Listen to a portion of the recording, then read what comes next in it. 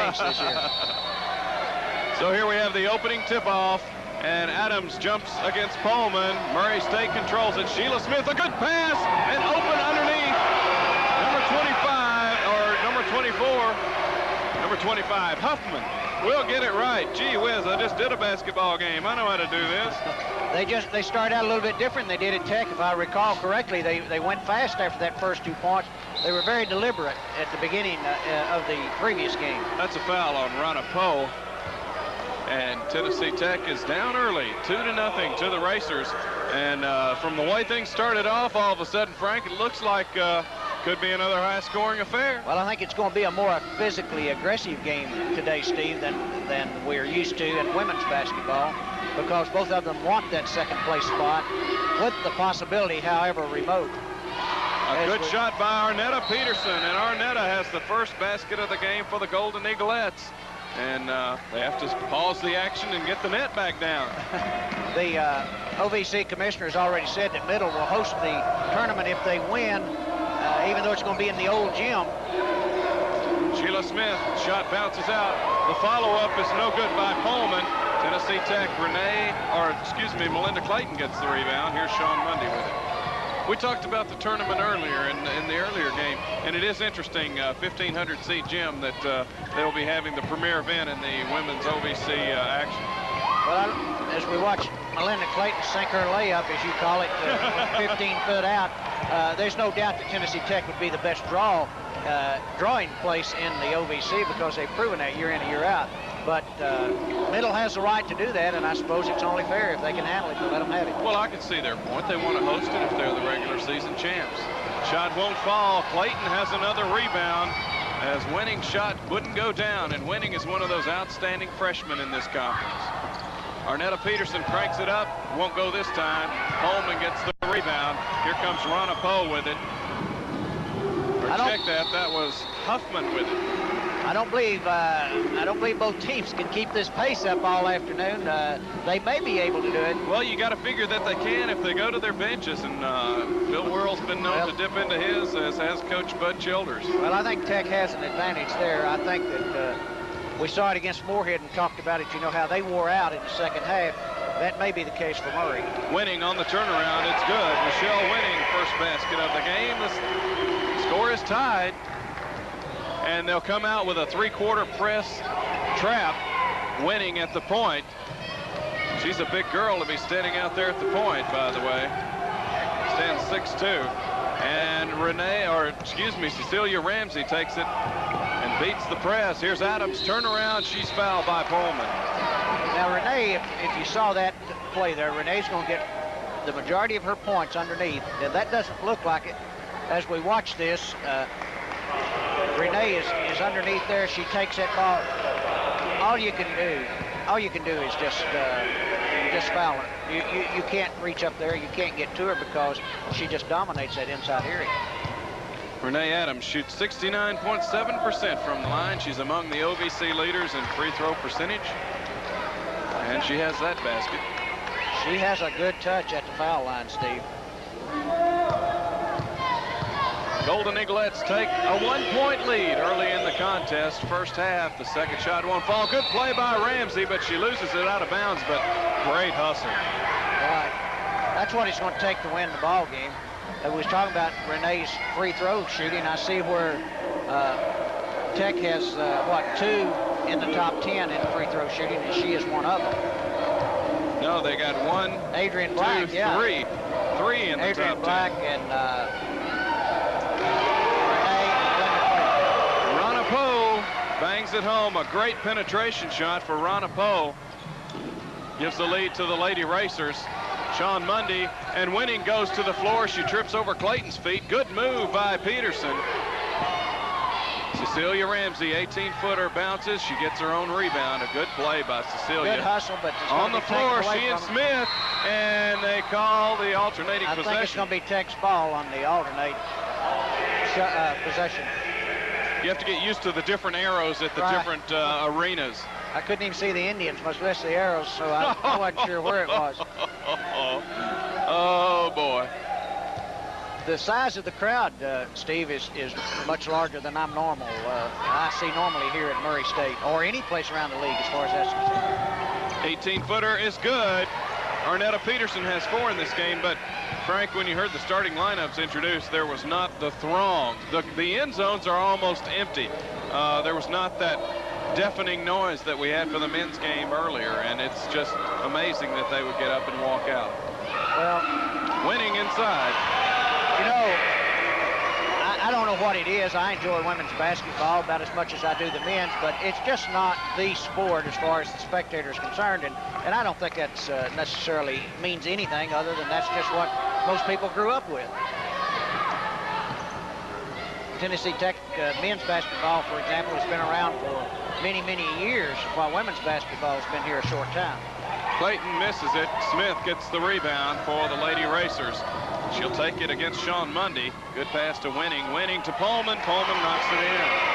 Jenny Pullman has her first basket of the game, and it's a big one. And the Lady Racers again with a full or three-quarter court pressure. Good pass into the middle to Clayton. Murray is running, if it's football, we'd call it an unbalanced line. They're stacking them up heavy on one side and then passing to the opposite side, and Tech has not adjusted so far to that. 2-3 zone for the Lady Racers, and we have a foul underneath. Looks like it may be Winning. Can't tell from here.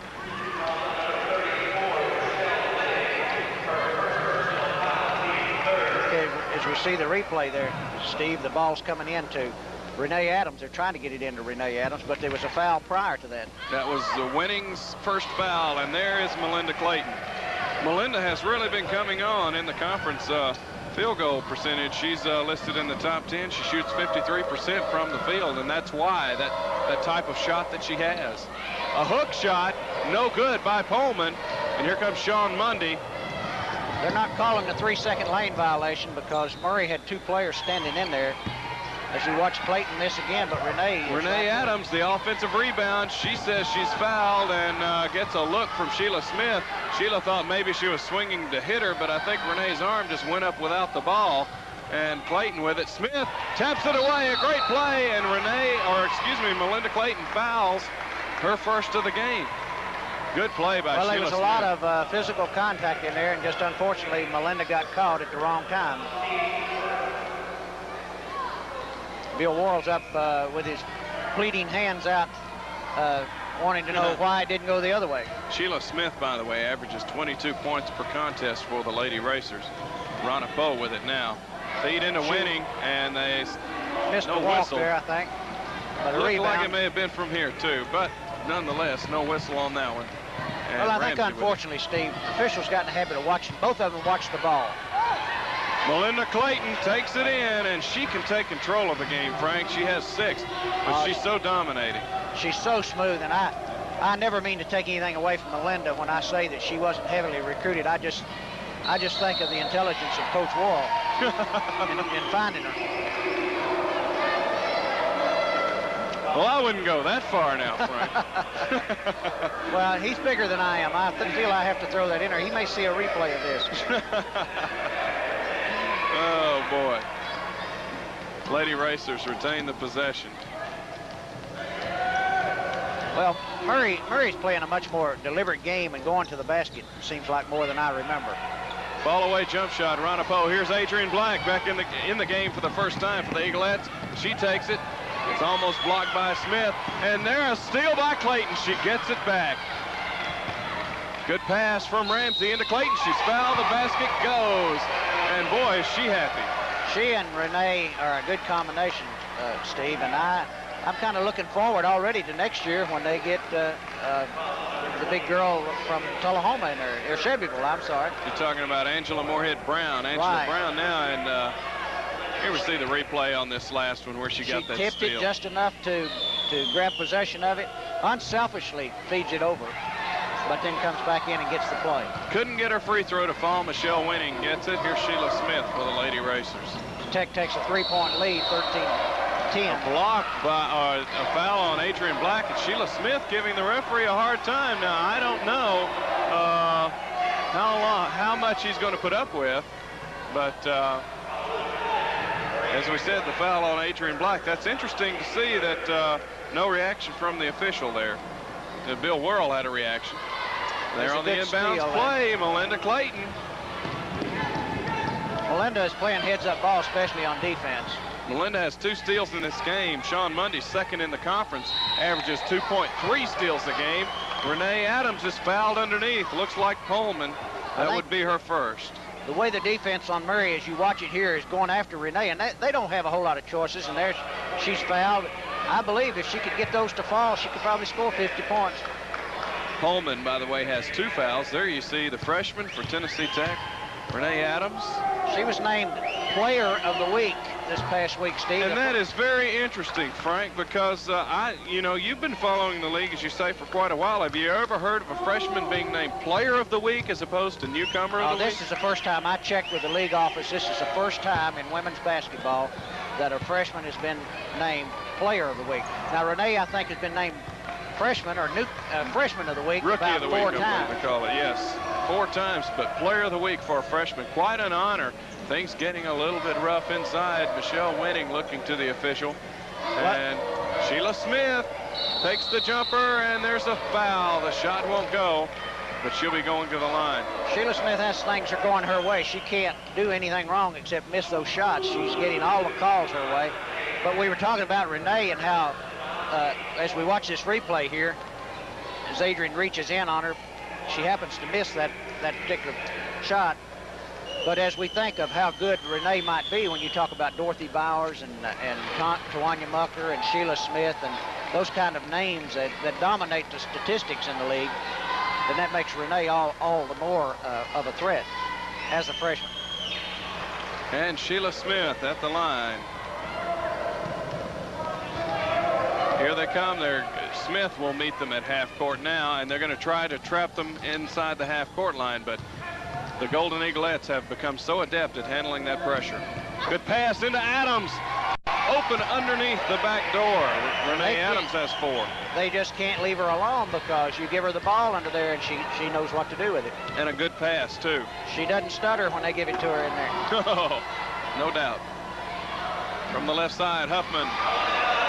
That's a little play there that's hurt Tech a little bit here early. They've left that left side wide open several times tonight, and Murray realizes that and just picks on it. Good ball movement. Little step there on Cecilia Ramsey. So Golden Eaglettes keep the 3-point lead as Arnetta Peterson checks back into the ball game, and Cecilia Ramsey will get a chance to rest. I think if an official wanted to call walking, he could probably do that every time a dribbler starts to dribble, because they'll almost inadvertently move that pivot foot before they turn loose the ball.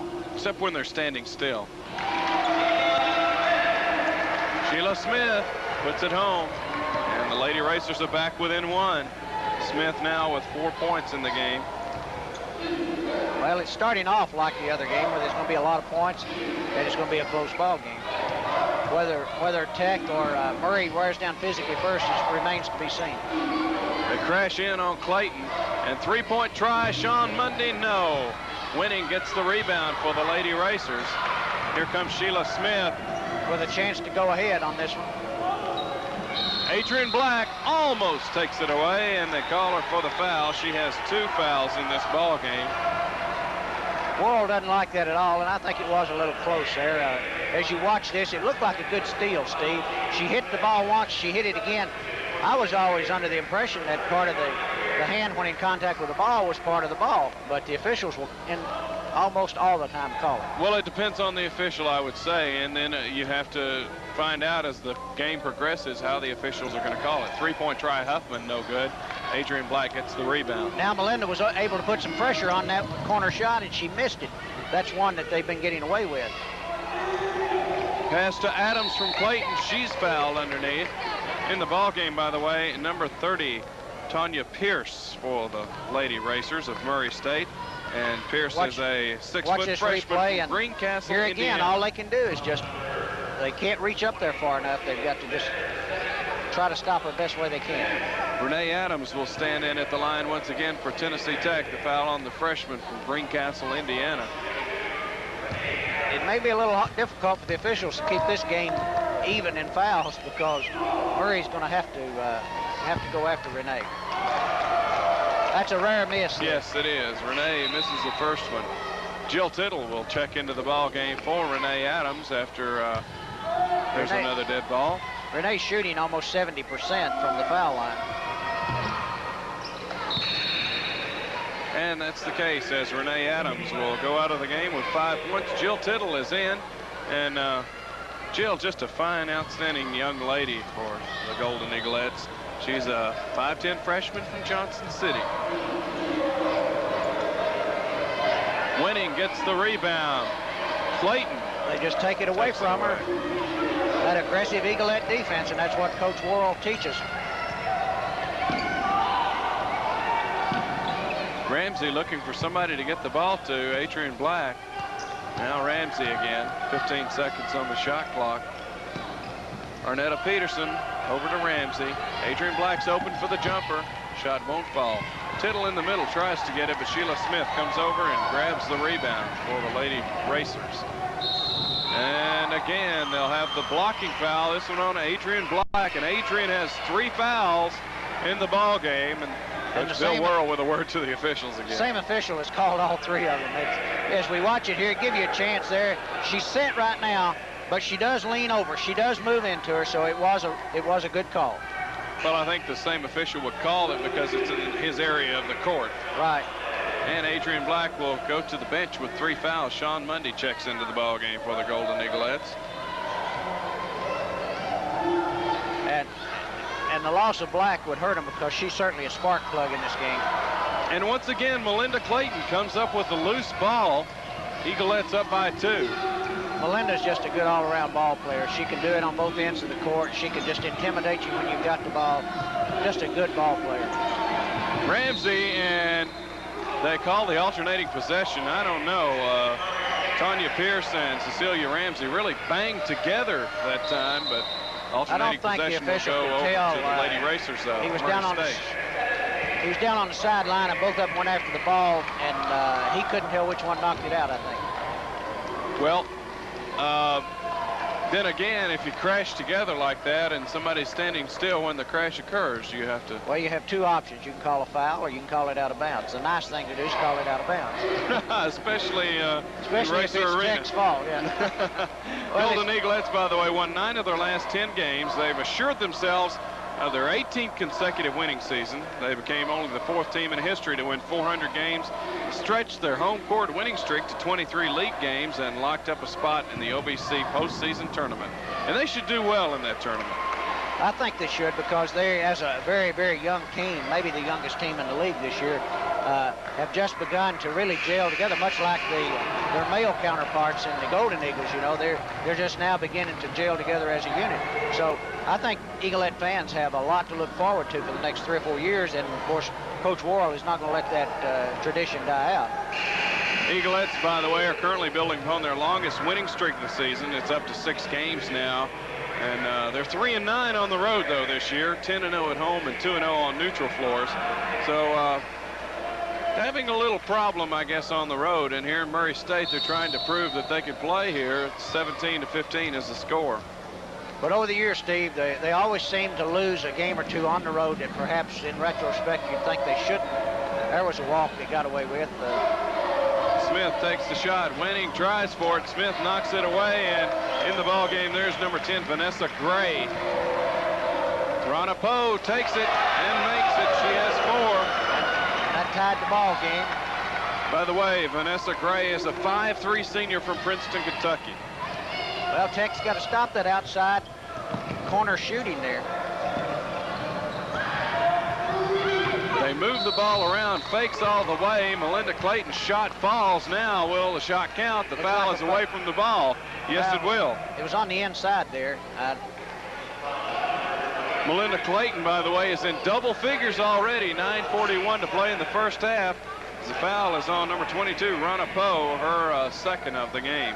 Well, now, Steve, it becomes interesting here as Melinda Clayton begins to dominate, looks like, on the offensive side. Murray has got to try to stop her, but what do? If you double team her, then you certainly leave the young lady on the foul line loose down there, and you can't afford to do that. Maybe they just guard those two and let everybody else go. I don't think you can do that either.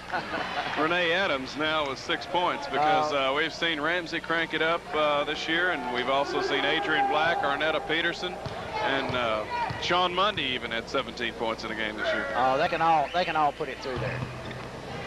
And there's that 100% shooting. I think she's what, 3 for 4? She's haven't been keeping this 100% on that situation, not for the season.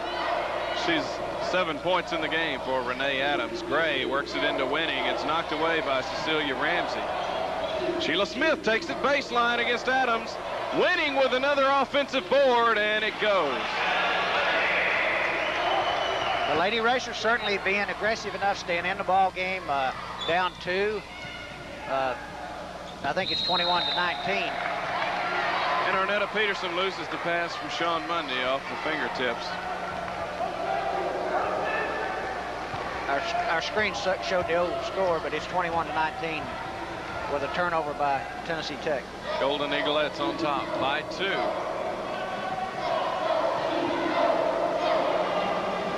Gray works it into Winning again. Gray will take the 3-pointer, no, and Arnetta Peterson has the rebound for the Golden Eaglettes. It's 3-on-3.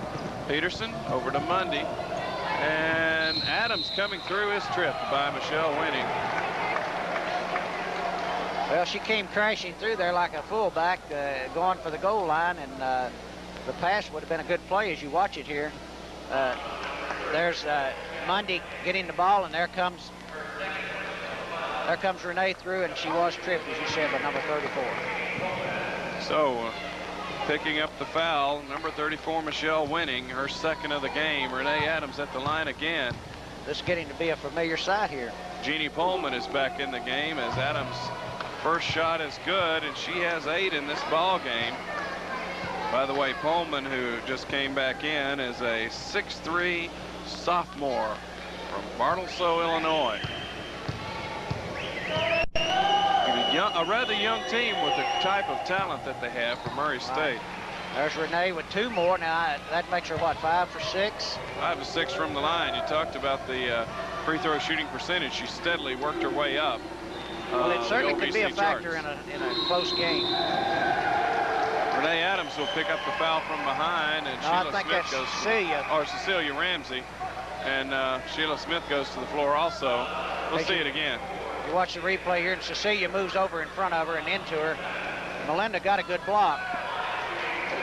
Sheila Smith at the line shoots 75%. A good free throw shooter. Couldn't get this Keep talking, Steve. The old jinx looks like you're working there. I think she's had a tough time on the line so far in this game. She's 5th in the conference. By the way, Adrian Black is 3rd in the conference. Well, that good foul shooting may make the difference if the score keeps like this. 3 points separating the two here with about half of the first half over with. 8:35 remaining. 3-point lead for the Eaglettes. Mundy almost loses a handle on it. Good defense by the Lady Racers. Into Adams, yes. Renee Adams is in double figures with 11. She and Clayton are the 2 leading scorers in this game, both in double figures. Miss Automatic, that may be the biggest lead, is it not, from Tech? 5 points. 5 points for the Golden Eaglettes. 8:10 to play first half. Tech's tightening up the defense a little bit. Murray's having to work a little harder, swinging around on the outside. Poe puts on the moves, didn't get the shot to fall. I believe that with that adjustment, Murray may have a little trouble here.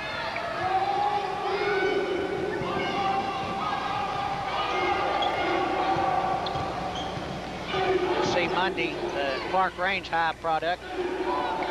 Throw it in to Renee. Renee Adams has 13 points in this ball game. She's not far behind her average now, Frank. She averages 17 a game. And Murray is going to try to figure out how they're going to be able to stop that tandem of these 2 Tech players, Melinda Clayton and Renee Adams. Well, do you really think that they can?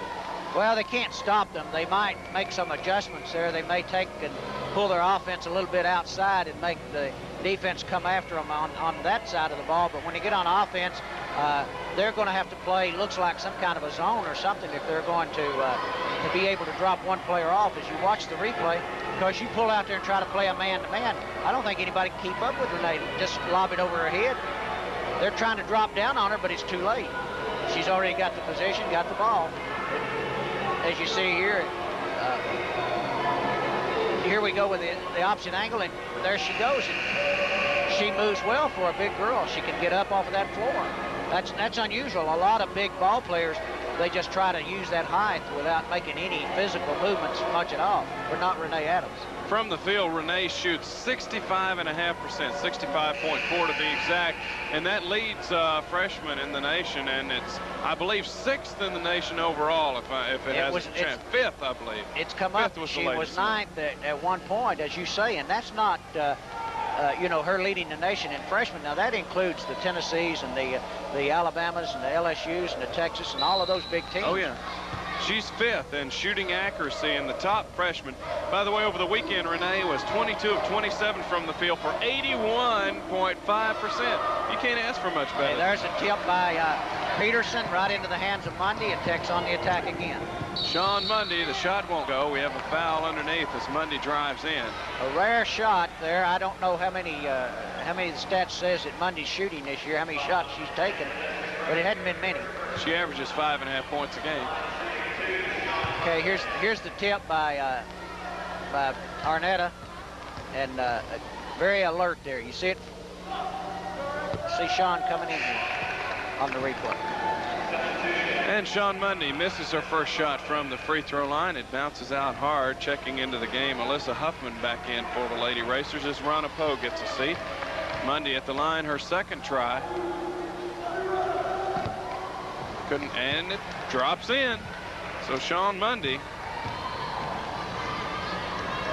her first point of the game.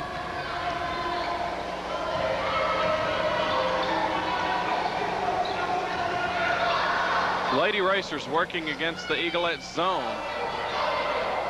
Sheila Smith, baseline blocked by Peterson, but there's a foul on the wrist. Very, very seldom you're ever going to get that call to go in your favor, but you have to go after the ball. We were talking about Sean Mundy. Sean has only taken 112 shots. That may seem like a lot, but she is 6th in number of field goal shots taken. That's behind Clayton, Adams, Black, Ramsey, and Peterson. Well, of course, Golden Eaglettes have the shooters that move in and out from the bench, Adrian Black, but Sean is not relied or is not dependent upon to score. She can when she has to, but that's not really her role at this point. Gray with a steal. Shot won't fall for Huffman. Coleman tries to follow the hook. It's no good. Peterson gets the rebound. Looked like a female Jabbar there. We've seen her try that once before in this game. Man-to-man now for the Lady Racers. They're going to go inside again, and they do drop off on her. Peterson's shot won't go, and it's followed in by Melinda Clayton. There's the other half of that dynamic duo, and there's just no way to stop them. The only thing you can do is hope to outscore them. Clayton with 12 in the game. This Tech goes up by 8 with a little over 6 minutes left. Three-point try is no good by Gray. Pullman, and couldn't get it to fall.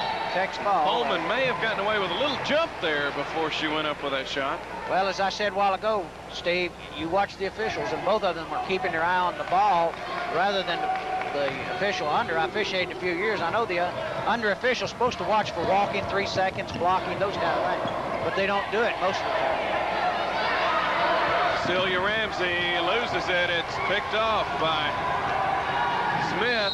She's fouled. The basket will go. It'll count. Arnetta Peterson picks up her second foul, and Sheila Smith now has 9 points in the game, averages 22. Not a smart move on Arnetta's part, because she was beaten by Sheila Smith. As you see here, she's already made the turn. She's got her, and you can't block from behind. Sheila Smith, even if you do, fourth in the conference in scoring. Very, very seldom will official give you that block, even if you make a good one. In the lineup there, you see number 30, Tanya Pierce, back in as Smith's shot falls. Just under 6 minutes now. Murray's brought it up to within 5 points. Smith is the first player in double figures for the Lady Racers. Ramsey. And she's fouled as she goes up, and it will fall in. Coach Bud Childers not too Good, happy about solid that. move there by Cecilia Ramsey. Ramsey's first basket of the game. She comes in averaging 11.4 per contest. And there you see Cecilia standing at the line where she shoots about 57%.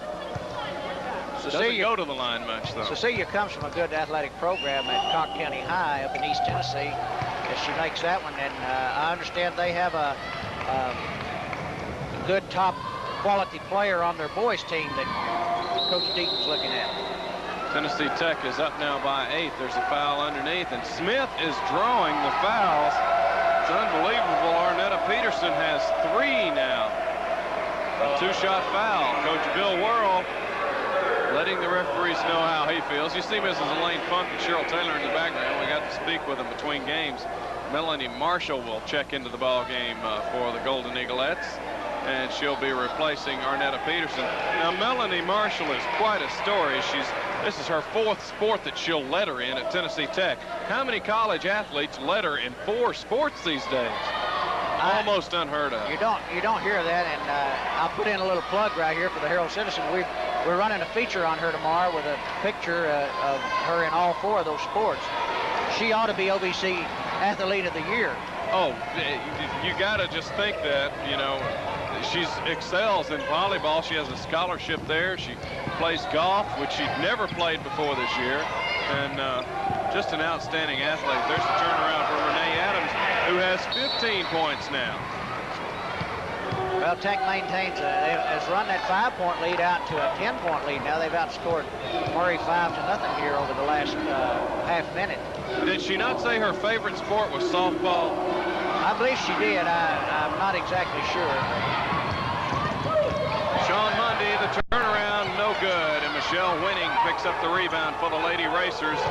Gets it out to Gray, but it was a long time coming on the outlet pass. Huffman takes a shot. It's picked up by Melanie Marshall ahead to Sean Mundy. Melanie in the right place for that. Bounce right back in her hand there.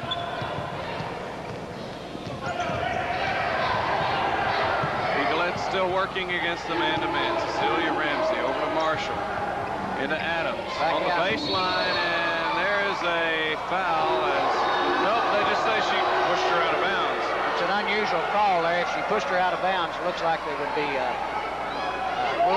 we'll watch it on the replay here, but if she's pushing her out of bounds, it certainly should have been a foul, but they won't call it. I think maybe she's got a walk there. Maybe so. So it probably evened out. Tech walked and they fouled and give Tech the ball out of bounds, start over again. Eaglettes with a big 10-point lead now. Winning goes to the floor again. Smith loses it off her foot out of bounds. Eaglettes will keep it again. Sheila Smith. And they don't reset the shot clock there, Frank. Do they not reset it when there's a ball off the foot? Well, they're supposed to if it was a kick. Evidently, they ruled it not that. Tech has now hit a cold spell here as they miss a couple of tries underneath, and Murray comes back with the ball. Sheila goes after that little outside shot. Couldn't get it to fall. There's a foul underneath. Well, I guess if there's an advantage to fouling, Tech's getting the advantage because most of the times they commit the fouls, they're not turning it into a 3-point play. Ronna Poe and Jenny Pullman back into the game as Cecilia Ramsey, by the way, has committed her 2nd foul of the contest. Standing at the line will be Tanya Pierce for the Lady Racers of Murray State. And from the line, Pierce hits 71%, just under that. She'll have 2 tries at it.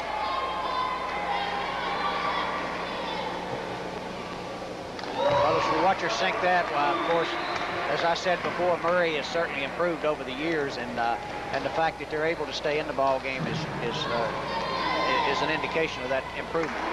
And Pierce with her first points of the game. They're putting the full court press on Tech now, but they break it.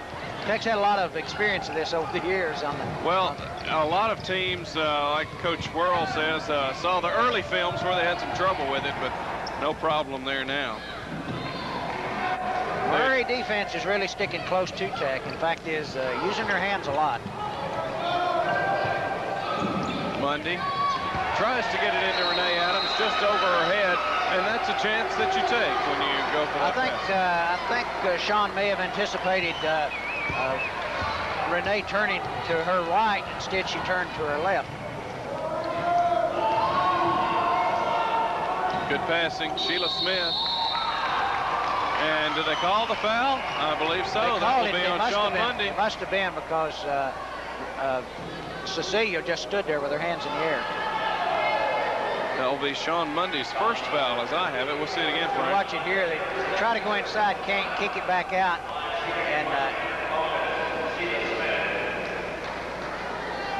well, looks like hard to tell. I hope they had a better angle at it than we did. Hard to tell from that angle. Sheila Smith at the line has 11 points, and she's leading the scoring for Murray State. Well, 3:40 left in this half, and they could cut it down to 6 points here. And they do. Once again, man-to-man, full court pressure by the Lady Racers. Sean Mundy, Ramsey, Clayton. Good ball movement by the Eaglettes. Awful lot of contact on the inside there, as you see. Coleman with the clean block. And Sheila Smith picks up the loose ball. And it's a 5-on-3 break. The shot falls for Tanya Pierce. And he's suddenly down to 4. Murray got away with one of those behind-the-back blocks that you don't normally see people get away with, but I guess the home team normally was going to be anyway. Coleman was up so high on that one, I don't really think that she got anything but ball. Renee Adams underneath, and she has 17. Well, Renee... Sometimes those are automatic whistles, though, as you point out. But I think I agree with you, there's a lot of good legitimate blocks from behind, but very, very few times will you ever see it given to the blocker. That will be Melinda Clayton called for blocking as she stuck her leg out. I don't know if she did that intentionally, but because it ended up to be painful for her. I think this particular official went to blocking school this week. Let's see there. There wasn't enough contact there, seemed like, to make much difference. I don't know. Clayton almost twisted her knee there. It looked like as the knee locked, if she had had any more contact, she may have damaged that knee. Steve, I think that's the man right there, Jim Bradley, who would have had to take care of it. There's Coach Bill Worrell. Coach Worrell has certainly not happened with the officials. What happens is that the officials, you have to give the ball player with the ball the right of way to the basket. No doubt about that. Once they've established a pass to the basket, it's theirs. However, on these drives going toward the baseline, and then they all of a sudden cut toward the basket, and the defender is out there, the officials are not recognizing the fact that the dribbler, the ball handler, changed directions. And so therefore they're still calling the block when the defender has as much right to that position as anybody. For the Golden Eaglettes, Adrian Black and Arnetta Peterson with 3 fouls. Cecilia Ramsey and Melinda Clayton with 2 fouls apiece. For the Lady Racers, Ronna Poe has 2, along with Sheila Smith and Michelle Winning and Jenny Pullman. 6-point lead for the Golden Eaglettes. About a little over 2.5 minutes, 2:39 left to play here. I don't know what Coach Worrell will do at halftime as he talks to them. Everything they're doing is very effective with the exception of the fouls. I'm not sure how that stands. They both are shooting 1-1, but I think Tech may have been called for a few more than Murray. And at the line, Tanya Pierce stands in for the Lady Racers. And she gets the top end of the 1-1. She's a 6-foot freshman. They've done an outstanding job on recruiting here at Murray in women's basketball. The second one will not fall. Melinda Clayton gets the rebound for the Golden Eaglettes. Here comes Cecilia Ramsey.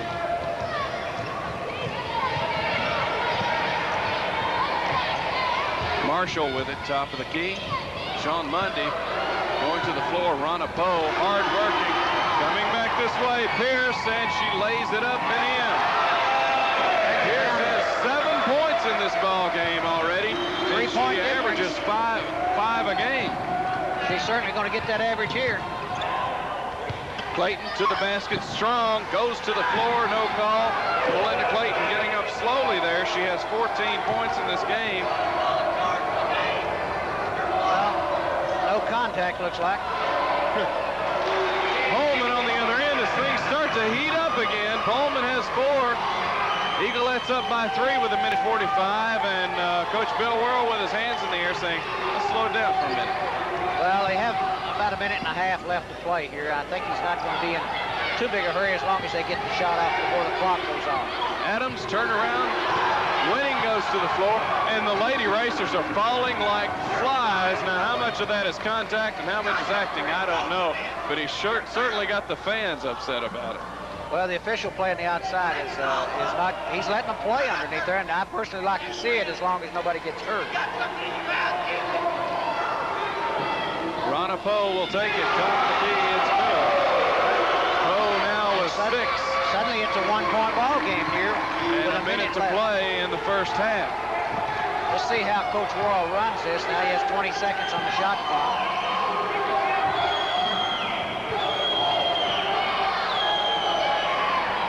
Marshall takes it from 18, bounces off the rim. Melinda Clayton tries to put it into Adams, and it's taken away. But the official was unable to see it. Pierce picks it up for the Lady Racers. Racers could take the lead right here. 34-33 left in the first half. And it's blocked, and Clayton. That will be Clayton's third foul of the game. Melinda's very unhappy about that. Of course, so is Coach Worrell. And Coach Worrell and Coach Childress are really, they're exchanging here we're going to see it here. Niceties, I guess you would say. It looked like a clean block, but of course we were screened out also. Coach Childress apparently told Coach Worrell to calm down. Coach Worrell says, hey, he didn't touch her. And Coach Childress, hey, we got a charge down here. What's the call? They were going back and forth. It was interesting to see. Well, it's that way when it gets in a battle for that second spot or first spot. It means a difference in who you play in the first round, whether you play the third place team or the fourth place team. The first place team, rather. Tanya Pierce has 8 points in the ball game, and she's come on strong, gotten over her average already. And that gave them the lead. She tied it up and then went ahead 40-39. I think that's the first. Took over there for a while, and now the Lady Racers have come back. Tech had a 10-point lead there just a few minutes ago. 20 seconds, and Jill Tittle looking for Renee Adams, and Renee Adams had already left to go to the other side of the basket when Tittle made the pass. Well, the thing about it now, with 20 seconds left to go, Tech will have an opportunity to, as you look at the scoreboard, have an opportunity to cool down a little bit and talk things over. Ronna Poe calls the play. They'll be going for the last shot, up by 1. Sheila Smith. She takes it. It won't fall. It's blocked by Adams, and it's a foul. Renee Adams has 2 fouls in the ball game, and that was a good call. Into the game, by the way, Cindy Eddy for the Lady Racers of Murray State. And Eddy is a 6'1 freshman again from Las Vegas. Watch this rebound here.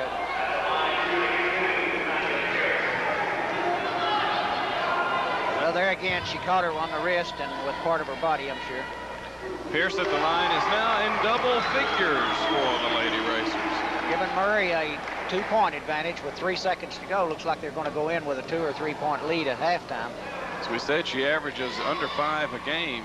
Looks like it's going to be she has 11 in this contest. Into the game for the Lady Racers, number 45 is Kathy Matthews. And Matthews is a 5'10 senior from Hardinsburg, Kentucky. With 3 seconds to go, not much you can do with it. A heave shot, and it hits the net. Cecilia Ramsey throws it about 80 feet. It won't go in. So at halftime, there you see your score. Murray State 42, Tennessee Tech 39, and a 3. Golden Eaglettes will have it to start the second half. Lady Racers up by 3. You'll notice all 3 of the Tech players that have 3 fouls are in there. And Adrian Black takes the shot. No good. She'll fire it up again off the glass. Good. So Adrian Black, her first basket of the game, she has 2. Certainly couldn't come at a more opportune time as she brings Tech back to within 1 and the first field goal of the second half.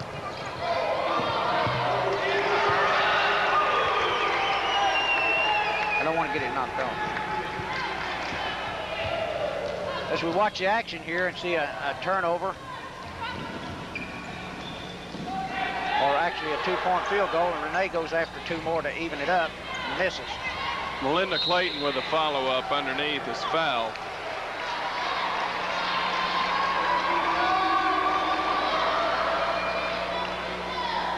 We'll see it again, Frank.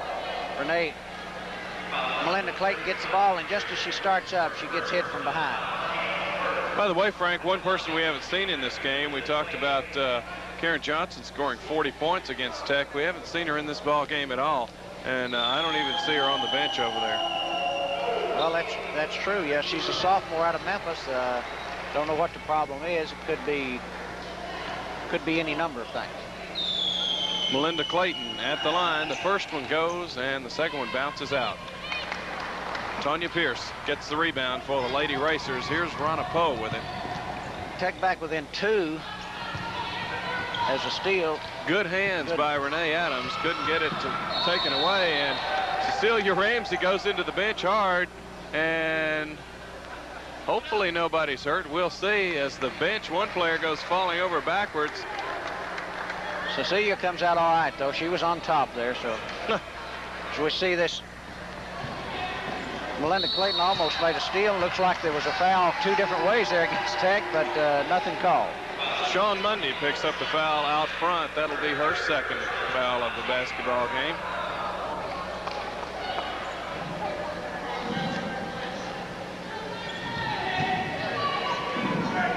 Murray has slowed it down a little bit, Steve, from what they were ended up the first half with. Maybe catching their second wind here. Rana Poe, a nice fake. Shot goes. And Rana Poe has 8 in this ball game. She averages 6.5. Sean Mundy brings it down against Poe. Lady Racers again in the man-to-man defense. They're picking Sean up out early and playing man-to-man against her. I don't think they're going to be able to do too much. Adams' shot doesn't fall. Winning picks it up. Lady Racers 4-point lead. And a good play by Adrian Black. She gets the steal. Adrian is a hustle. She is the one that can really turn things around for Tech, I think, at this point. Adrian Black takes it against Smith and makes it. She has 4. As Adrian goes, so goes the Eaglettes when she's in the ball game. I think when she left with her 3rd foul earlier, I think that was started the turning point in favor of Murray. Eaglettes back within 2. Good passing by the Lady Racers, and Smith is called with a charge. A bit unusual. She got several calls her way in the first half, and now Sheila Smith comes up with her 3rd foul of the game. You watch it here. She's pushing her shoulder into Cecilia, trying to get her out of the way so she can get her shot off. The official's right on top of it. Was that Smith? That was her 3rd foul. Yes.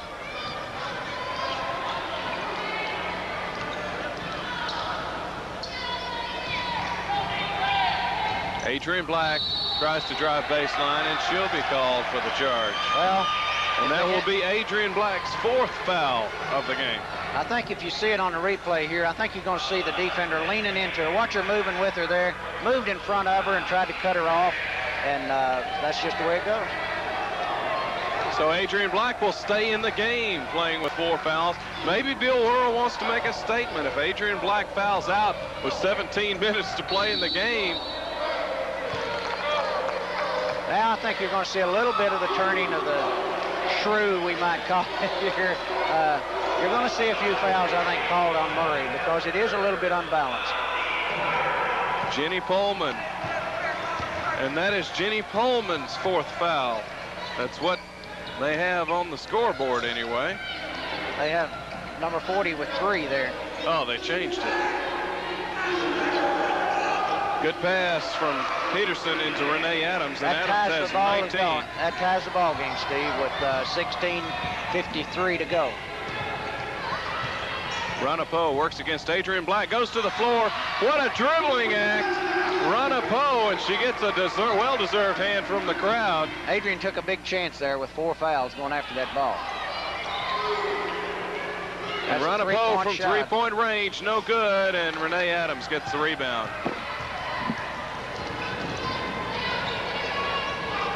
Good fake by Ramsey. Melinda Clayton underneath, forces it up. Winning gets the rebound. It comes down on the face of Arnetta Peterson. Here's Sheila Smith bit of walk against there, Ramsey, but, and the basket is good by Tanya Pierce. She has 13. She's playing a heck of a game. I think Murray may have got away with a walk and a charge there, but there again, you know, you're going to have to play with those calls. Racers, Smith almost gets the steal. Adrian Black picks it up. The jumper is good. Adrian Black with 6. And as you say, she really makes this team go sometimes. Yeah, you don't really notice her until she's not there anymore, and then you realize that she is the little spark plug that makes the team go, seemingly. Eaglettes come back and tie it. Smith. And Winning is all alone underneath. This is what happened at the first of the ball game, and Tech was dropping off trying to double team in the middle there, and they just slipped the player in under the basket and easy 2 points. Adrian Black is open for the jumper, and it goes. And Adrian Black has 8 points in this game, and she just has gotten 3 of them, all 8 of them, since in the first 5 minutes of the second half. She averages just over 11 a game. Ranapo, shot doesn't fall, and it's almost saved by Melinda Clayton. Back into the game, Sean Mundy for Tennessee Tech. And for the Lady Racers of Murray, Melissa Huffman will check back in. Melissa Huffman is a 5'8" sophomore from Columbus, Indiana. Well, with the game tied and Black going to the bench, let's see how it turns out. As Cecilia Ramsey pulls off a rebound. Sean Mundy. They work it around. Peterson with it. She'll take the shot, and it's good. And Arnetta Peterson can do that. She had 2 quick baskets in the first half, and that's her 3rd basket of the game. She has that little over-the-head 2-hand shot that just seems to go. You can't block it either. No, you have to hit her, you have to foul her before you can stop it. Unless you're as tall as that young lady, Jenny Coleman. What a pass to Smith. Melinda Clayton there for the rebound for Tennessee Tech. I think Cecilia may have made that play. She put a little pressure on Sheila there and forced a wide shot. Pass inside to Adams, and Adams has 21 points in this game. Tech is up by 4 now on those successive baskets there, and this is the way it went in the first half, except Murray came back and took charge late. So far, the score was 50-50 when Adrian went out. Now it's 54-50, Winning with a turnaround, and it goes. Michelle Winning is now in double figures for the Lady Racers of Murray State. And we have a timeout. Winning averages 15 a game. Murray called a timeout. He saw something there that he didn't like, and I think he wants to make some adjustments while they're still only 2 points down. Tech career-wise has a 16-2 mark on top of the Lady Racers. 7 in a row they have beat them. Their Steve? last loss was in 83-84. I was talking earlier about the way that Murray has improved their program. I noticed by the hometown listings of their squad, they only have 4 players from within Kentucky. I can recall just 2 or 3 years ago that everybody that played here at Murray State was in-state students. Tech is just the opposite. They have 9 from Tennessee and only 3 from outside. Here you see Coach Bud Childers of the Murray State Lady Racers, and there is his counterpart, Tennessee Tech coach Bill Worrell. Some advice for the Golden Eaglettes on the bench. Up by 2, 13:38 to play in Racer Arena, Murray, Kentucky. We are live. Steve Boots along with Frank Lane. Still a lot of playing time left here in the ball game, and at this point, it's anybody's ball game. I think fouls are going to become very important down the stretch. It's going to tell on one team or the other, and at this point, it's going to go against Tennessee Tech. It's Tech's ball out of bounds, I believe, is it not? That's the case.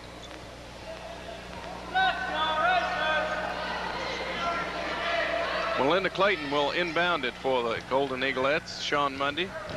They're going to try to put the pressure on Sean Mundy, but she doesn't let that bother her too much. Well, and as a matter of fact, Bill Worrell says she plays better when they put the pressure on her.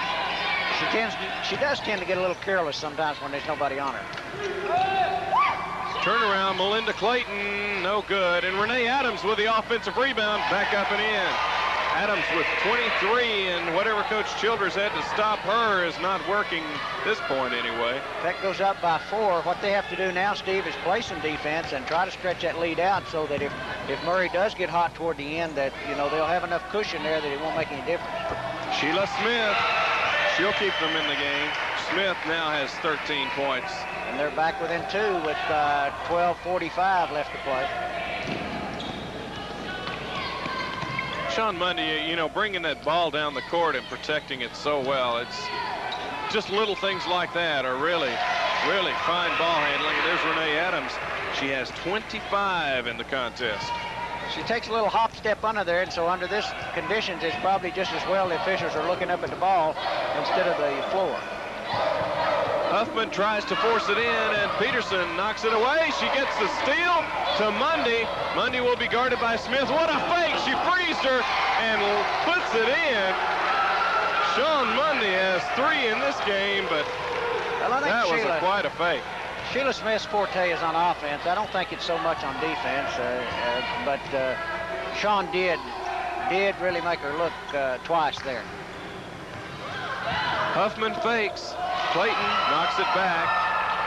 Ronna Poe will take it. Sean Mundy coming over to defend, and Ronna Poe puts down her 10th point, so she is the 4th Lady Racer in double figures. With 11:37 to go, Tech now has a 4-point lead, 56-60. Good ball movement. Ramsey, a nice move against Winning. She lays it up, and it won't go. There's a foul. It will be on Cecilia Ramsey. That is her 3rd. He gave the signal for pushing.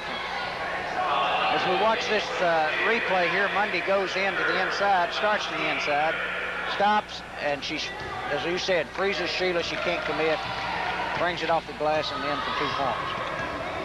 But Cecilia Ramsey with 3 fouls now in the game. Smith, boy, that was something else. You advise your players not to take that kind of shot. Well, evidently Sheila knows what she's doing. She's got 17 or 15 in this game. She averages 22 a game. Going to the floor, Clayton. Ramsey with it now. And there is some real rough action going on. Ronna Poe will take it, coast in, and lay it in.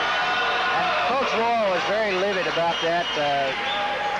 Cecilia was tripped up over there and lost the ball, and nothing was called. Score's tied at 60, and Adrian Black set to check back in for the Eaglettes.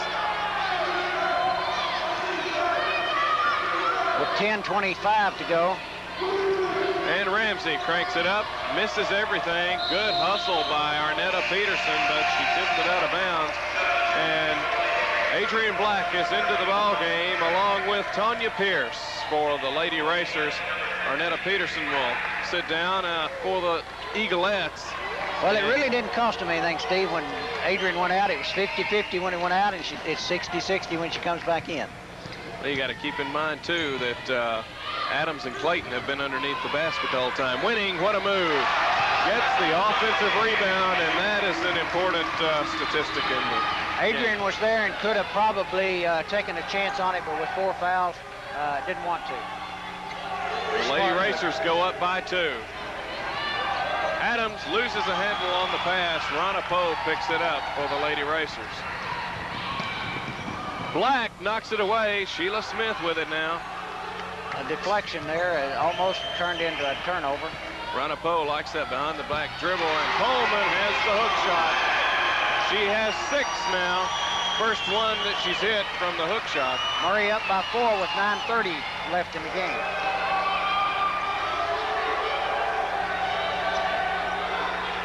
Adams, and Renee Adams has 27.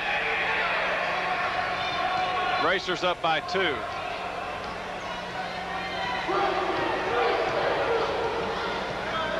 Ronna Poe calls the play. Pierce with it. Golden Eaglettes in a 2-3 zone. I guess to keep them from getting in foul trouble, Ramsey hustles for it. Couldn't quite get to it. If she had seen it when she saw, when it first hit it and saw that they weren't going to go after it, she could have probably retrieved it, but she was blocked out, her view was, and couldn't tell that it was. Good hustle by the freshman from Newport, Tennessee.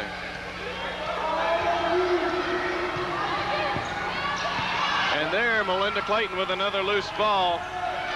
Adrian Black lays it, no good. Ramsey fights for it. Here's Melinda Clayton, yes. All over her arms, but no call, 2 points, tie ball game. Melinda Clayton with 17 points now in the game, and that's her average. Well, we certainly don't want to see her stop here. Almost loses the ball. Pierce, Adrian Black defending out front, the 2-3 zone, working fairly well for the Eaglettes, and losing it is Pierce. There's a ball is on the floor. Who's going to get it? It's going to go to Murray, I think, on the turnover. Alternating possession. Coach Bill Worrell wants a timeout. Score is tied at 64 apiece. Tennessee Tech and Murray State. 8:11 to play in the contest, and Frank, they've been just tooth and nail. Well, as we said when it started, it looks like a physical ball game. It started out that way. It's remained that way. The officials seem to have backed off a little on their calling of personal fouls, and they're playing a little bit inside there. Now, whether they'll tend to change that as the time winds down, I certainly hope not, only because the players are going to be used to playing physical and are not going to be expecting the close call. Bill Worrell, a 1968 Tennessee Tech graduate in his second season, and he won Coach of the Year recognition last year. He's a New Jersey native. 3-0 against Murray State, by the way, and Coach Bud Childers doesn't like that too much. Well, Coach Childers, as we keep saying, has done a tremendous job here at Murray State with the women's program, and I'm glad to see that the fans are beginning to support Murray State. We've said over and over again, Tech has one of the best support for its women's program of anybody I've seen anywhere, and I think that includes Tennessee. Last year we went up there, as we watch a replay here. Sean Mundy shuffled the ball over to Adrian Black. She couldn't get it to fall. There's what could have been a foul coming over the back, and then here was another one from behind by Sheila Smith, and but the ball went through anyway. As we see some Tech fans, Elaine Funk and Cheryl Taylor saying hello to the hometown folks. And Teresa Womack's son. Mark, I believe. 64 apiece, winning. The shot is partially blocked. Crowd wants a foul. Here comes Sean Mundy with it. Well, Ramsey it to Adrian Black. Takes the jumper. No, it won't go. So Ronna Poe was really up high for that rebound. Well, with 7:45 to go, every shot's going to be important from here on out with the score tied at 64. Poe, a 5'7" junior. Ramsey almost gets the steal. Smith she almost got it twice there. And Poe will take the shot. It's good. Ronna Poe puts the Lady Racers up by 2. She has 14 in the game. Ronna Poe has that quick little shot. She brings it up from the side and fires it before you realize what she's doing. Very accurate with it. This Tech goes down by 2.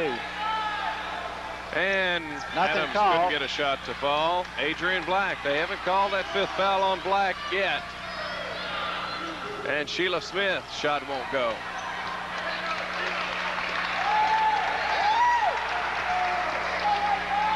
Murray going to set it up again and see what they can do. Ronna Poe working against Sean Mundy. There's 3 the seconds. turnaround by Pullman, and there's the call. First, the only one that I've seen tonight in the game. I think they called one in the men's game and now one in the women's. 3-second violation is just something that's very, very seldom called anymore.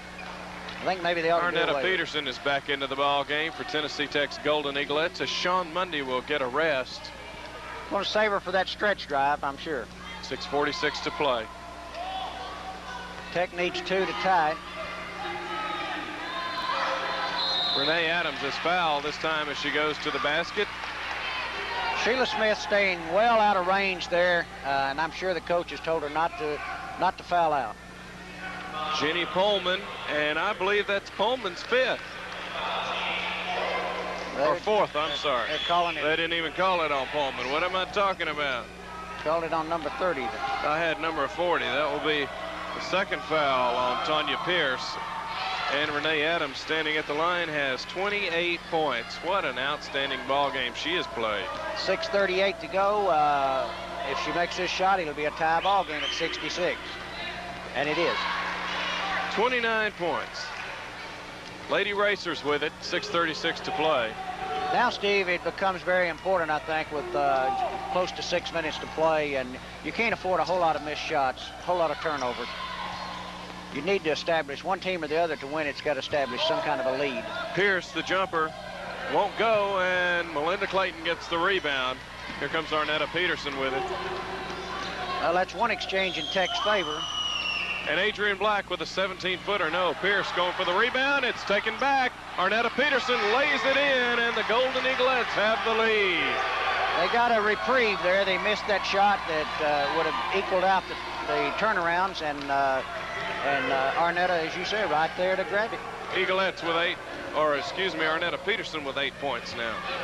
5:47 looks like to go. Arnetta Peterson goes to the floor, and she's not up yet. Sheila Smith's shot won't fall, and Arnetta Peterson is hurt. The referee will call the timeout, and Arnetta Peterson, I don't know if Jim Bradley will go onto the floor or not. If he does, then that means that they have to have a substitution. Well, I think they may have to anyway. I think she either got a cramp in her leg or turned her ankle there, and I'm not sure. She went to the floor. It looked like she turned the ankle. It was her right ankle, I believe. She was limping on that one. You say the left. Okay, let's see. She faked it. Here she is right here. On the inside. Let's see what happens there. As she starts to come back outside and guard number 30, she turned it, their left ankle there, and went down on it. You could see it turn. Good replay. Hit a stepped on somebody's foot there. And that is extremely painful, believe me. I know. Oh, it's got to be. And Arnetta has played a good ball game for Tech. I'm not sure whether she'll come back in. Well, it could. Sometimes that little sharp pain hits you there, and it's momentarily, and after you let it rest a while, you're all right. They're going to take her into the dressing room and have a look at it anyway. Yeah. Jim Bradley, the team trainer for the Tennessee Tech Golden Eaglettes, the graduate assistant. Coach Bill Worrell now looking for somebody to bring in. Steve, 5:39 to play, 66-66, and Tech has the ball. Sean Mundy is in for Arnetta Peterson.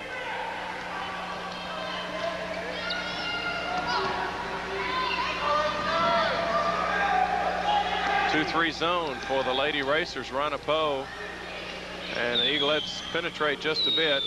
10 seconds on the shot clock. And here is automatic. Yes, Melinda Clayton. She has 19 tonight. That's above her average. Yes, it is. And the Golden Eaglettes have a 4-point lead coming up on 5 minutes to play. Of course, it's still anybody's ball game as we see a drive around it. Rana Poe and the follow-up by Pullman. She's hard to stop. She has 8. She is a good ball player, no doubt about it. Pullman is 6'3" tall, and she's a sophomore. Adrian Black takes it baseline. No good. Pullman gets the rebound. They can tie it up with 4:34 to go. Sheila Smith, what a fake, and it is tied, folks. Sheila Smith has 17 points in this contest. She averages 22, and it's knotted at 70. I don't believe it's going to be that 100-plus game that it was before, but it looks like it's certainly going to be a close one. Going to be exciting, no doubt about it. Ramsey will take the shot. It's good, and Cecilia Ramsey has 5 points in this game. We've yet to hear from her, and I would think, Frank, we might hear more from her down the stretch. Well, we have Murray defense looking for Renee Adams and Melinda Clayton, but that's Rana Poe answers. She has 16. She wanted a 3-point, but she was standing about 2 feet inside the 19-foot line. Poe averages 6.4 a game, 16 in this contest, though. Adrian Black will fire it up. Yes, and they're exchanging blows. Adrian Black has 10 points. She's the third Golden Eaglet to have that. We have 3:30 left to play. 2 points, 74-72 Tech's favorite. Vanessa Gray, Sheila Smith with it now, and have to watch out for Sheila Smith. Winning inside, and Winning lays it in. Winning has 14, folks. She's a freshman too. Michelle Winning. I think that for the next few years, these two teams are going to be the ones battling for the top spots. Yeah, in the they OVC. certainly are. Winning knocks it away, and Gray has it as a foul on Renee Adams, her third. Well, I don't have any doubt there was contact there, but the foul was a little late called. Not until the player, you look at the foul, you look at the contact, throw the ball in. There was contact there against Renee, but the foul didn't come until after the ball had already gotten changed, but I suppose... And how much contact was there? I think her momentum took her down more than the contact did. But when the player has possession of the ball, it's a no-no to touch them. 74 apiece. The score, Rana Poe with it. Look at the... Holman, a little step there, no call, and it's blocked by Clayton. It hits the the back behind the backboard, so it'll be blocked out of bounds by Clayton. The shot by Sheila Smith. Interesting things. I'm not sure as you watch this here. There might have been a foul. I don't think Clayton didn't hit the ball. Rana Poe fires it up, no good.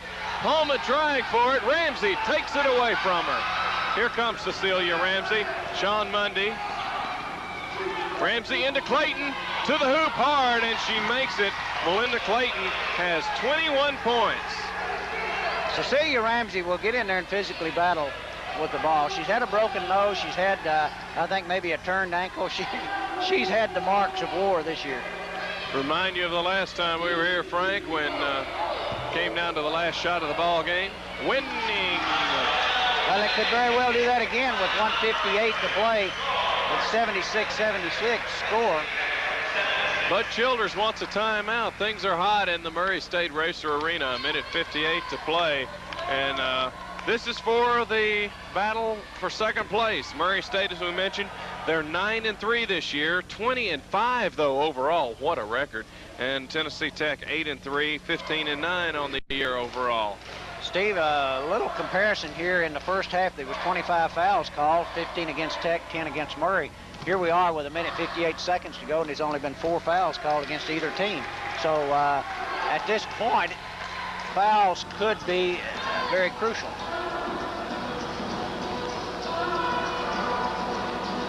That tells the story. 1:58, 76 points apiece, and here's Melinda Clayton's father enjoying this ball game. Well, Steve, I'm not sure he's enjoying it as much right now as he may be later on. Maybe inside there's a little turmoil going on with Mr. Clayton there. He's giving it a lot of deep thought, looks like there. Melinda, of course, an outstanding sophomore. She has 21 points tonight, and she's 6'1", from Lawrenceburg, Tennessee.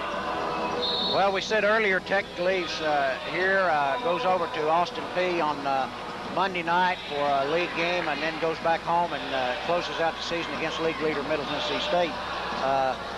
Murray State has to host Middle Tennessee next. Right, and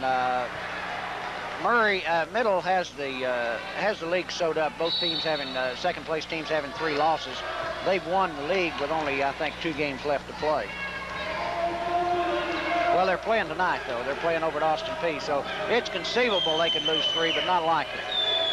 2-3 zone. Good move by Ramsey. Mundy takes the shot, misses it. Who's going to get the rebound? Cecilia Ramsey. She'll fire it up while people are still on the floor. Nobody to guard her. A smart play by Ramsey. She has 7 tonight. It was smarter earlier than that. She blocked out while the ball went over her head. She saw it coming and really set herself up for that play. Smith takes it in, and the shot won't fall. Winning trying for the rebound. It's no good. Clayton picks it up, and Adams and Winning go to the floor. Winning goes to the floor more than any women's player I've seen. I remember in Cookeville she was there a lot. They're going to let them play ball, looks like, and if they've done that the whole half, Steve, they need to do it to the end of the game so that the players know what to expect. Layton tries to get the turnaround. Ramsey fakes, and they call it for travel. A minute left to play. 78-76. Golden Eaglettes up by 2 on the Lady Racers of Murray State. I was going to ask you if that wasn't 78, but one of the bulbs is out on the Tech side, right where it changes it from an 8 to a 6, looks like. You mean you're not keeping score in your head, Frank?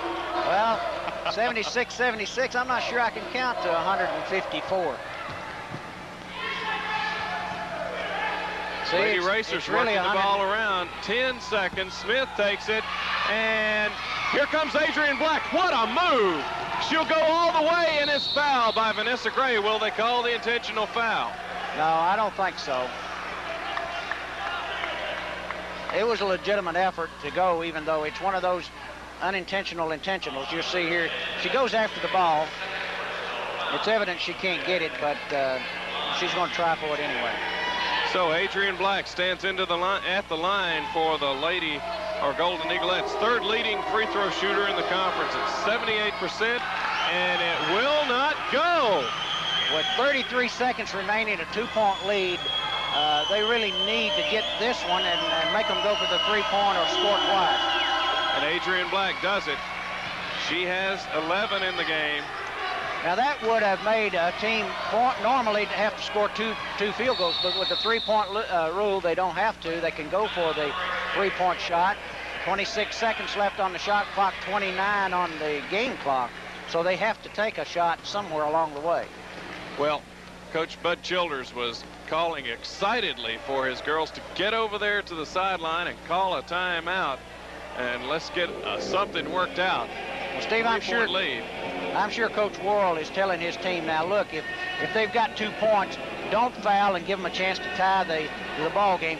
Let them work it in, take their 2-point shot. If they make it, we still took 1 point up. We've got the ball. Of course, Murray in turn is going to say, hey, if we make 2 points, we're going to put the pressure on them, not let them have an easy in and kill the clock. And that if Murray goes in there and scores, you're going to see them press Tech right up to the line, and how that turns out could be the difference in the ballgame, whether Tech's able to get it in or whether they get a foul shot. Coach Bill Worrell with a question to one of the officials, and the officials will come over and talk to you if you're questioning something about timing or something of that nature. If you don't look angry. Yeah, that has a lot to do with it. If it looks like when you get there, you're going to have your tongue pulled out of your head or something like that. We saw a standoff there at halftime. You know, Wall kept waiting around the scores table for the officials to come over and okay the halftime score. The official stood on the other side and stared at him until he decided, I've got to go in and talk to my girls, and then they went over. So it makes a difference in the situation. We are live from Racer Arena in Murray, Kentucky. Golden Eaglettes on top of the Lady Racers, 79-76. 29 seconds left to play in the contest. Steve Boots along with Frank Lane. And this is for second place in the Ohio Valley Conference. Well, we said at the beginning, Steve, that it was going to be a good, hard-fought, close ball game, and it certainly has been that with 25 seconds to go here. Sheila Smith takes the shot. Foul! And it goes! And Bill Worrell cannot believe it. A touch foul on the hand, and the basket goes. Could tie the score with 22 seconds. Well, of course, that's against Tennessee Tech. As you watch this, let's see what the contact was. She got her on the hand after the ball had been released. It was a good call, but they haven't been calling that a whole lot. Well, that's just it. They let him play up until that point. Yeah. So Sheila Smith stands in, shooting 75.2%. A big point for a big player. And she's got it. She nails it. Now Tech have 20 seconds to go. They have nothing to lose to play for the last shot. That's what they'll do, and not give Murray a chance to go for a return basket. And as we said, it might just come down to this last shot. Ramsey. 4 seconds. Ramsey hits it! And time is running out. Cecilia Ramsey and Coach Bill Worrell is elated. Coach Bud Childers says 2 seconds. We got a timeout. What is the deal? We'll have to wait and see. officials were arguing. Coach Worrell was trying to get his team off the floor. The officials say that it's over. Coach Bill Worrell says, my team's out of here. I'm sorry. Bye-bye. That's 81-79. Tennessee Tech wins on a shot by Cecilia Ramsey, unless they check. They're going to give them 1 second. Yes, they do. Down at the other end of the floor, and Coach Bud Childers wants a timeout. And Bill Worrell is just elated. This is the second time in Murray, Kentucky that this has happened. That's Last right, second shot. Last time it was Tammy Burton, the three-point shot at the buzzer to win. We'll see this shot here that she's done so many times. She pushes that little one hand over there and strips the net. And I'm sure that the Murray coach is probably going to opt for a neutral court next year. Well, I know, as we said, Bud Childers would even refuse to shake Bill Worrell's hand as we watch this last play. You're going to see it again here. It comes back to Cecilia, one-hand push shot, the mark of a good ball player. A pressure shot, Steve, for a freshman. And by rights, perhaps Murray should have gotten a timeout, but the officials didn't see it. And, of course, it becomes a crucial time. What will Tech do? Will they let them have an easy throw in and inbounds and then throw for the basket? Will they put pressure on them? They jam them at about half court. Well, they're certainly not going to do anything to cause a foul. And of course, it wouldn't hurt them, Steve. They're not in the 1-and-1, so it's not going to hurt them as long as they foul them on the inbounds. And once they do that, it's got to take part of that second off of there. So Tech can't afford to go after them and not give them anything easy.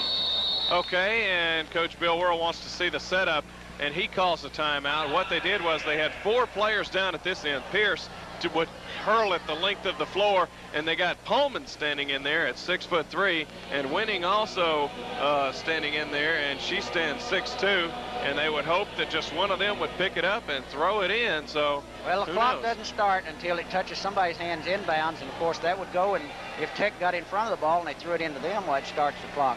I think I'd drop all 5. If they do that again, if I were Coach Worrell, I'd drop all 5 of my defenders back, put nobody on the throw-in party. Well, I don't know. That's where you get the foul. Here's Bud Childers coming over. Hey, we got 2 seconds left. And here's Coach Worrell's Coach Bill Worrell says bye-bye. He talked to the official timekeeper is what he did. Yeah, and he thought it was over with. Yes. But Steve, you can let the girl on the throw-in have all the time. She only has 5 seconds to throw it in bounds. But still, if she gets a good pass in, then if someone on the inbounds pass tips it, then the clock starts right then as soon as they tip it. Right. So if it bounces through the court, then the game is over if she tips it. Well, with nobody down here to receive it, she can't throw it into anybody, so she's got to throw it full court length anyway. So, and you can't do that with Melinda Clayton standing in your face. No, that's why I say I'd put 5 of them back there and let her throw it anywhere she wants to. But what I'm saying is Melinda Clayton, you stand her in their face, they're going to have a lot of trouble getting that far. I think that you talked to Coach Worrell before the game, and he told you what they were going to do, because that's exactly what they're going to do. We'll see. She's got to throw it in. Half-court shot, desperation. Eaglettes win, 81-79. A good contest for the Golden Eaglettes, and there they actually shake hands, and a good ending to a good ball game. Well, Golden Eaglettes win. Coach Childers, I'm sure his handshake was not as firm as Coach Worrell's at that particular time. It's a tough game to lose for anybody, Steve. 2-point ball game. Tech led but 10, 12 in the game. I don't think Murray ever led probably more than maybe 4 to 6 points. 81-79, the final score. Golden Eaglettes win.